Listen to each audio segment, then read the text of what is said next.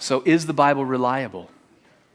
Or do we have simply copies of copies of copies with an accumulation of errors? How do we solve this when we don't have the originals? Here's what you do. You go digging and you get a bunch of manuscripts. And if you get as many copies of copies as you can, and then you compare them together, you see where the errors are when you compare a bunch of the copies that you have. Okay, so you want to get a lot of manuscripts that are really old and you compare them. By the way, this is the same thing we do in every other historical document. Every historian who studies ancient history, this is the way that you would do it. And so let's ask about the manuscripts. And to do that, I want us to compare the evidence of the manuscripts to other ancient historical documents. So the first question is, you want to have really old documents. In other words, you want the time between when it was written by the author and the oldest copy to be as short as possible, okay? So here's one example. Thucydides is a well-known historian of ancient history, and his writings are considered to be an authoritative basis for understanding history as it happened in the ancient world. The time between when Thucydides lived and wrote it down and the oldest copy that we have is approximately 1,300 years. 1,300 years from which we could get a significant accumulation of error. Aristotle, the philosopher, from when he lived and wrote it down to the oldest manuscript that we have, there is approximately a gap of 1,000 years. Now, if you're going to ask whose manuscripts are more trustworthy, Aristotle, because there's 300 fewer years for accumulation of errors. How about Homer's Iliad? The Iliad, written by Homer. Even better, double as reliable, maybe as Aristotle. From the time it was written down to the oldest copy that we have, only 500 years. Now, how about the Bible? The New Testament, the words of Jesus. We have manuscripts that are less than 100 years from the time they were written. Here's an example, one of the best. The Gospel of John, written about 80 to 90 years after the birth of Jesus.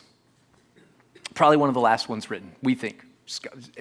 Not we, I just read what a lot of people smarter than I am say.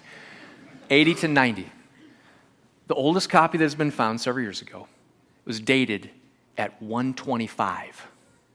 In other words, 35 to 45 years after the original was written down, the oldest copy was written down that we have, and we have it. And you can look at it and you can compare it back. Now it's just a small piece because, that's been a long time for, deterioration to set in, but when compared back to the original, we have that and more that is that old. If you're going to make a guess of which one of these is more trustworthy, you got to follow the evidence as where it goes.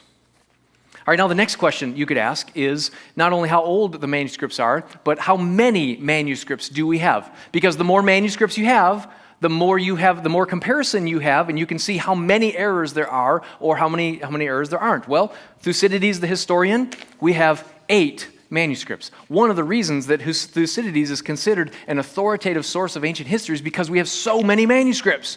We have 8 of them. And that's good. That's good. We're not going to, we're making a comparison here, but that's really good. Quality historical manuscripts. When it comes to Aristotle's got more. He's got 37 manuscripts.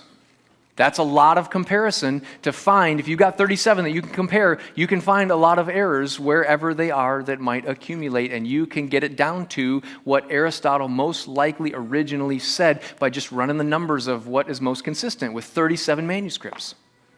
How about the Iliad? Even more from Homer. We have 43 manuscripts of the Iliad, ancient manuscripts. Okay, what about the Bible?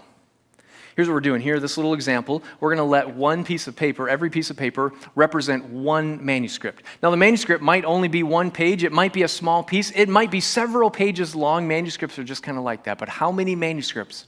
All of which are so important they are carefully stored in a museum somewhere so that they don't deteriorate anymore because they are precious, high-quality historical documents. How many New Testament manuscripts do we have that compares to the best with the Iliad?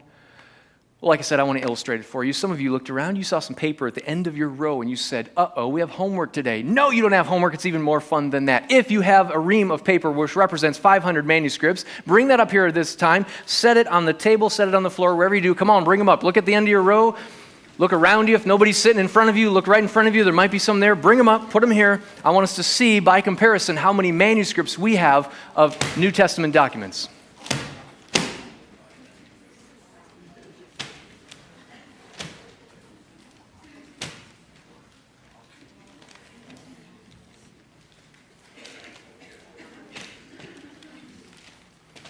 That stack's going to get pretty high. You can put it on top of the table if you want.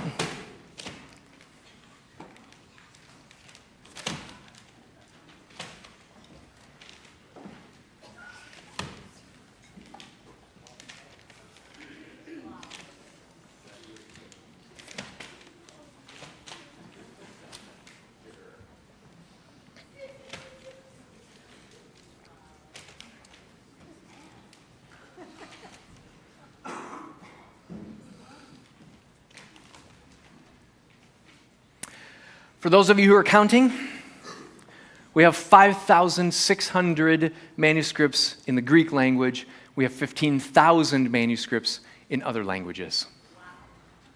Now, the last question to ask. Not only how old are the manuscripts, how many of them do we have, but when you compare them, how do they compare? How many errors and discrepancies do we find between the manuscripts? Bible scholar and manuscript expert Bruce Metzger, who taught at Princeton, he claims, and he would be the expert, he claims that the copies of the Iliad by Homer are 95% identical. That's amazing. The copies of the New Testament are 99.5% accurate.